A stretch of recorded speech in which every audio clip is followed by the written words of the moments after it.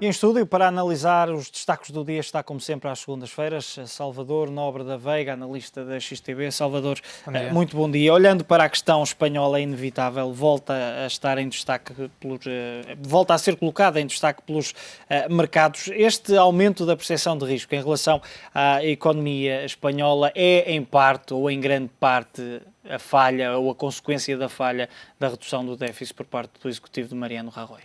Isto acaba por ser uma espiral lá de que é uma combinação de vários fatores entre austeridade e falta de crescimento. Mas temos também a ver que a própria insustentabilidade da dívida que o executivo de Rajoy tem nos seus balanços é completamente... tem que ser controlada. Os 60% de dívida face ao PIB espanhol não é aquele que oficialmente está constatado de 65%, é bastante mais elevado. Aliás, no jornal britânico The Guardian, no final da semana passada, nem os próprios chefes locais nos maiores regiões espanholas sabiam ao certo qual é que era a dívida dessa região, uma vez que a Espanha está dividida por regiões e essas regiões são autónomas no lançamento de dívida. Se tivermos por base o que aconteceu em Portugal, que tem apenas 2 regiões autónomas e que, exatamente. no caso da Madeira, tivemos um buraco superior a 5 mil milhões, em Espanha são 14 regiões autónomas. Exato, e no caso da Andaluzia é uma região bastante grande. E, portanto, considerando toda a dívida espanhola que se estima oficialmente nos 60% e contabilizarmos toda essa dívida que está escondida nas regiões autónomas, facilmente chegamos a valores dos 90% a 95% do PIB e que já é um número bastante insustentável para controlar aqui a crise da dívida soberana. O facto da própria redução, a redução do déficit, naturalmente, ser tão ambiciosa, também acaba por ser um fator de pressão por parte dos mercados. Também, cerca de 5,3% é aquilo que era esperado, ou aquilo que está esperado pelo no entanto, o próprio mercado imobiliário no mercado espanhol foi alvo de uma especulação enorme durante esta última década, 2000 até 2007, de onde praticamente estamos a falar no 800 mil casas ao ano. Existem cerca de... Apenas 1,5 espanhóis ocupam as casas existentes em Espanha. Portanto, temos um mercado completamente inundado de focos habitacionais. E isso acaba por causar uma grande pressão, não só nas próprias famílias, nos próprios balanços dos bancos, à medida que os ativos desvalorizam. E estes ativos ainda vão ter que desvalorizar muito, uma vez que é uma bolha ainda maior do que aquela que foi a bolha imobiliária nos Estados Unidos e ainda não caiu cerca nada comparativamente. Se a bolha imobiliária espanhola cair em números análogos àquilo que aconteceu nos Estados Unidos, esta ainda tem cerca de 30% a 40% para cair. E constatando o peso que esta tem sobre o PIB espanhol, estamos a falar de uma possível queda do PIB 2, 3% ao ano nos próximos 2, 3 anos. Como é que se resolve esta situação, Salvador? Eu trouxe aqui alguns números para os telespectadores também, aqueles que ainda não conhecem, ficarem um pouco por dentro. 396 mil milhões de euros que a banca espanhola emprestou só ao setor da construção e ao setor imobiliário. Exatamente. Destes quase 400 mil milhões, 80 mil milhões podem ser, tudo indica, de pagamento duvidoso, ou seja, já crédito mal parado que dificilmente vai ser pago. A banca tem 50 mil milhões para...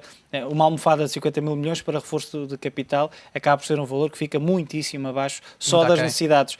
Só destas necessidades, se olharmos, por exemplo, para as necessidades daquilo que tu já falaste, a própria redução do déficit, se olharmos para o desemprego que vai provavelmente aumentar Sim. com as medidas de austeridade, que solução é que há para este país? Estamos a falar não de Portugal, não da Grécia, não da Irlanda, mas da quarta maior economia da Europa. Que soluções é que há para este país?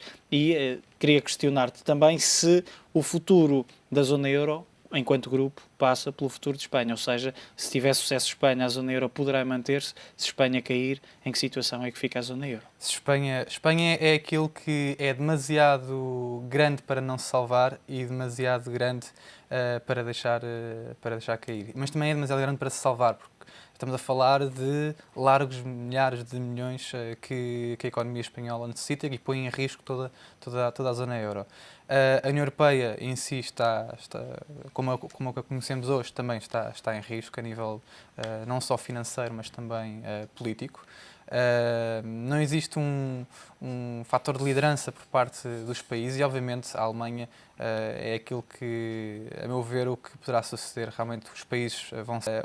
O que seria melhor era realmente, a nível da produtividade e dos custos de produção, que são muitíssimo elevados em países como Espanha, Portugal, independentemente do salário mínimo desses países, a nível de comparativo de poder de compra, ser menor, mas o facto é que de 2000 até 2010 os custos de produção em Portugal, Espanha, Grécia e Itália cresceram cerca de 70%, enquanto na Alemanha decresceram.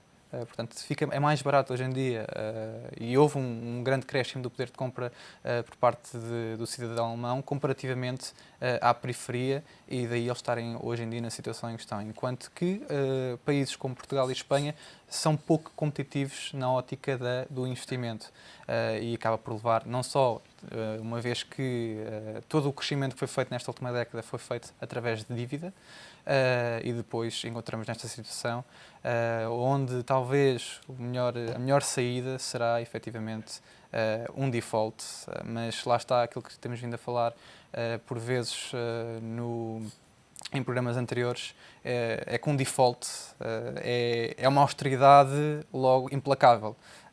Em vez Mas de ser mais atenuada... se olharmos para um default espanhol, e a questão que se colocou foi que, ok, há um default por parte da Grécia, mas é a exceção, é um caso único. Se Portugal fizer o mesmo, aí já poderá haver o risco de contágio. Se falarmos de uma Espanha, o impacto é completamente diferente. Basta olhar para a própria dimensão das economias de que estamos a falar. Sim, e a própria dimensão do mercado de CDS. Parece que a zona euro conseguiria aguentar-se, falando naturalmente de um cenário ainda hipotético, mas conseguiria aguentar se uma Espanha precisasse mesmo de ajuda externa, se uma Espanha viesse aos mercados dizer com os senhores, nós não temos dinheiro para pagar a dívida que temos emitida, ou pelo menos parte dela. Pelo menos, a meu ver, seria a melhor solução. Realmente acabar com toda esta... obviamente iria haver uma grande convulsão social e seria muito penoso no curto prazo, mas pelo menos abriria caminhos para no futuro voltarmos ao crescimento. Muitas vezes, o caso da Islândia passou muito mal durante 2008 e 2009, mas neste momento já estão, a nível económico, já estão muito mais, uma economia muito mais estável e até já em crescimento de há 10 anos para cá. Enquanto que na Europa, enquanto esta solução enquanto não forem originadas medidas para fazer face a estes problemas, e só a maior parte acaba por ser o Banco Central alemão, que no fundo está a financiar toda esta crise. Os bancos poderão já não estar, então estarão a comprar tempo para os bancos alemães, de certa forma também terem tempo para não se expor demasiado às periferias, mas o Banco Central alemão, através dos balanços de pagamentos que existe na zona euro, que é o sistema de financiamento Target, e estamos a falar que o Banco Central alemão tem cerca de 400 a 500 mil milhões de euros de exposição à periferia europeia. E neste caso é o único entrave, a meu ver, que impede que a Alemanha saia da zona euro, uma vez que ficaria com a batata quente nas mãos e continuará a ficar. Agora, o problema passa por Mário Draghi a recorrer à monetização da dívida, que é o mais certo, que já deu indicações de que não tem problemas nenhuns em recorrer à impressão de capital. Isso será, obviamente, inflacionário para a Alemanha, mas estamos praticamente na mercê de entrar numa espiral deflacionária da dívida, o que é bastante complicado e é uma espiral. Espanha vai resistir às pressões dos mercados, parece. Olhando, por exemplo, para o mercado secundário de dívida, temos os juros das obrigações a 10 anos já ultrapassarem a barreira dos 6%, hoje negociavam já quase nos 6,2%. Se olharmos para a mesma novela, mas em português, 4 semanas depois de ser ultrapassada esta barreira, Portugal teve que pedir ajuda externa. Aliás, isto é a típica novela portuguesa que todas têm a mesma história. Vão mudando a dobragem. A Rajoy, ainda há coisa de uma semana, diz: nós não somos a Grécia. E onde Portugal é que dizia... Portugal dizia isto? Até já ouvimos no passado, até o próprio o Barack Obama a dizer também: nós não somos a Grécia e não somos Portugal. Isto acaba por ser, obviamente que não terá aqui, não parece que tenha uma saída fácil no que toca aqui à União Europeia e que vai recorrer a algum tipo de ajuda ou algum default parcial. Sobretudo agora temos os CDS que têm vindo a aumentar, cerca de 180 mil milhões é o nacional total no mercado de CDS espanhóis. No entanto, a nível líquido, enquanto na Grécia tínhamos 3 mil milhões líquidos, neste momento Espanha tem 19 mil milhões.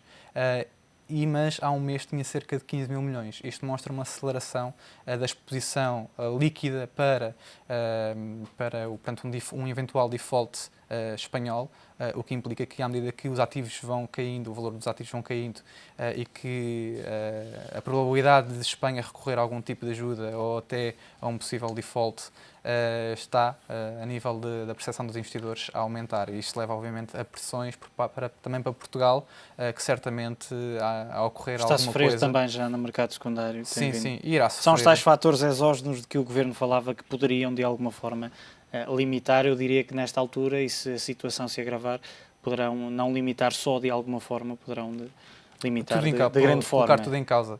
Sim, aliás, a minha perspectiva é que não consigamos evitar algum tipo de resgate no final deste ano ou até mesmo um possível default parcial. Sim, sem dúvida. Não é sustentável e não me parece execuível que consigamos ir aos mercados em 2013, nem pouco mais ou menos. Em setembro, mais precisamente, como disse Vítor Gaspar. Salvador, uma última questão, rapidamente, porque estamos sem tempo. No final deste mês, a Moody's vai reavaliar as notações financeiras de 114 bancos de 16 países do euro. Podemos assistir nessa altura, e se, partindo do princípio que poderão surgir mais cortes nas notações, que pode de alguma forma aumentar as pressões? Sim, também, mas temos que ver que os próprios bancos europeus, no processo de desalavancagem, continuam excessivamente alavancados. O Deutsche Bank, está alavancado em termos de capitais cerca de 65 vezes. O que, a nível de requisitos de capital, coloca cerca de 2-3%, mais ou menos. E comparativamente, a nível mundial, o Citigroup, aliás, tem uma alavancagem nos seus balanços de cerca de 10-11 vezes.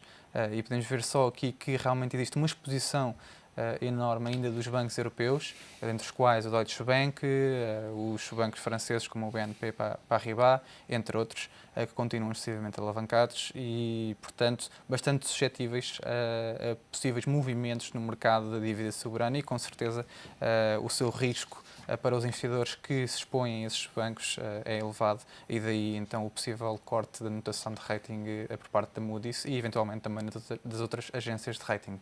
Salvador, muito obrigado pela tua análise. Salvador Nobre da Veiga, analista da XTB. Altura para um curto intervalo. Não sai daí.